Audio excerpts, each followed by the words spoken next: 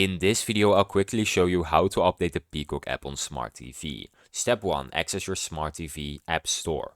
Turn on your Smart TV and navigate to the App Store or Application Manager from the Home menu. Step 2. Search for the Peacock app.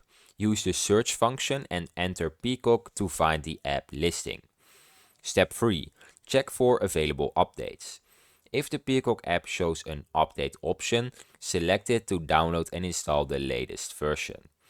Step 4. Automatic update setting. Enable automatic app updates in your TV settings, if available, to keep Peacock up to date continuously.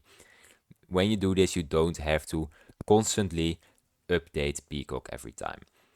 Step 5. Update TV firmware. Go to your TV settings, then Support or System, then Software Update, and install any pending firmware updates for optimal app performance. Now I have some tips for Peacock app updates on smart TVs.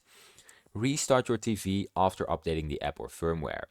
If the app does not update, try uninstalling and reinstalling. Ensure your internet connection is stable during updates. And that is how you update your Peacock app on your smart TV. If you found this video helpful, please subscribe.